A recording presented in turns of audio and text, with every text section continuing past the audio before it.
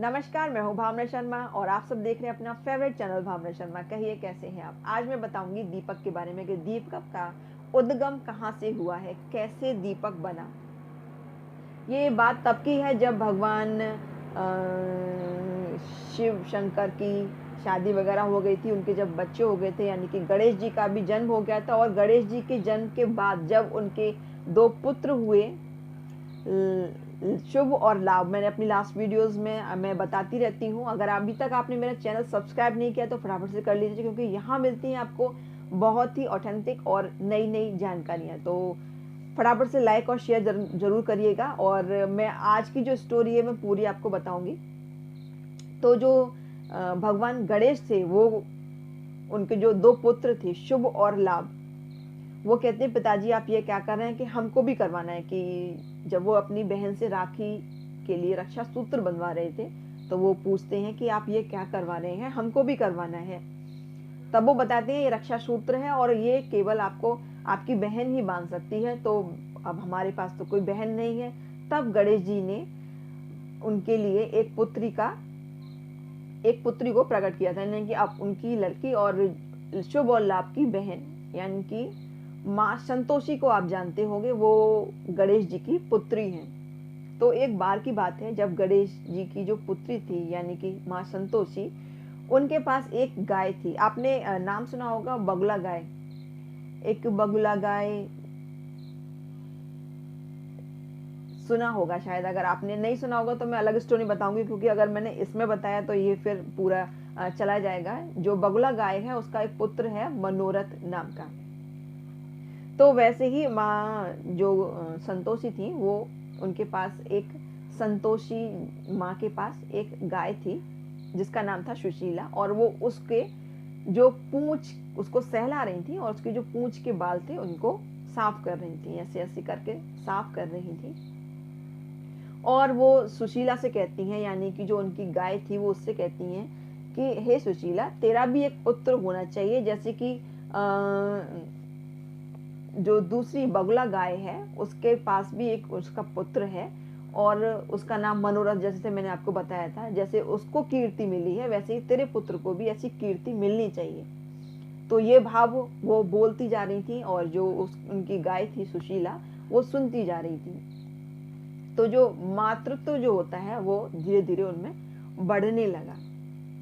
वो धीरे धीरे उसको साफ कर रही थी, उसके जो पूंछ के जो बाल थे ना, गाय के जो पूंछ के बाल थे उनको साफ कर रही थी। तो जैसे ही वो साफ कर रही थी तो उसमें से एक बाल जो था वो उनके हाथ में आके गिर गया, उनके हाथ में आ गया।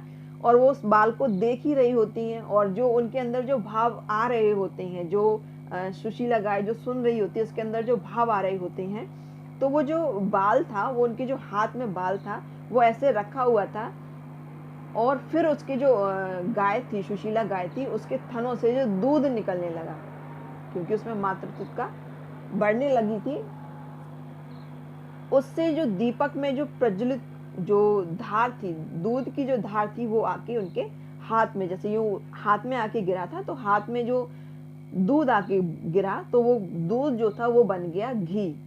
और घी बन के अचानक ही उसमें वो ज्योति प्रज्वलित हो गई, यानी कि वो एक दीपक के रूप में पूरी चीज आ गई। बाल जो था वो एक, जो हम बाती बनाते हैं, वो उसका रूप प्रकट हुआ। और जो दूध था वो घी का रूप बन के प्रकट हुआ और वो जो एक दीपक के रूप में प्रज्वलित हो गया। तब माँ संतोषी कहती है कि हे देवी, जो सुशीला गाय थी उसको कहती है, हे देवी, आज से ये तेरा पुत्र जगत में सबसे मान्य होगा, सबके सम्मुख पूजा जाएगा। और मैं आज तुझको ये वर देती हूँ कि जब भी कोई किसी भी देवता का आवाहन करके इस दीप को प्रज्वलित करेगा तो वो देवता उस दीपक के ऊपर आके, जब तक वो दीपक प्रज्वलित रहेगा, आकर खड़े रहेंगे, यानी कि वो उस समय वहां पर विराजमान हो जाएंगे। वो उस समय के लिए वहां पर स्थायी रूप से वो वहां पर खड़े रहेंगे। इसीलिए दीपक को प्रज्वलित किया जाता है।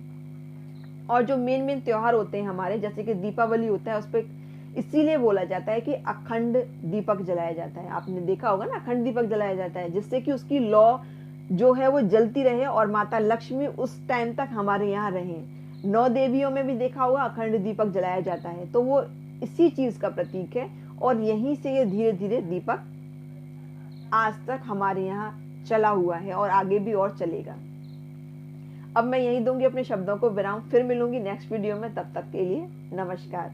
और मैंने अगली जो वीडियोस बनाई हैं वो लगातार आप देखते रहिएगा कि हमको कौन से दीपक कब जलाने चाहिए, कितनी तरह के दीपक होते हैं, दिवाली के दिन कौन कौन से दीपक जलाए जाते हैं, धनतेरस क्यों पूजा जाता है, उस दिन पूजा किसकी होती है, किस तरह से करनी चाहिए, पोटली कैसे बनाते हैं, मतलब सारी एक के बाद एक मेरी वीडियोस आ रही हैं। आप उनको ज़रूर शेयर करिए, लाइक करिए, अपने फैमिली और फ्रेंड के साथ ज़रूर साझा करिए।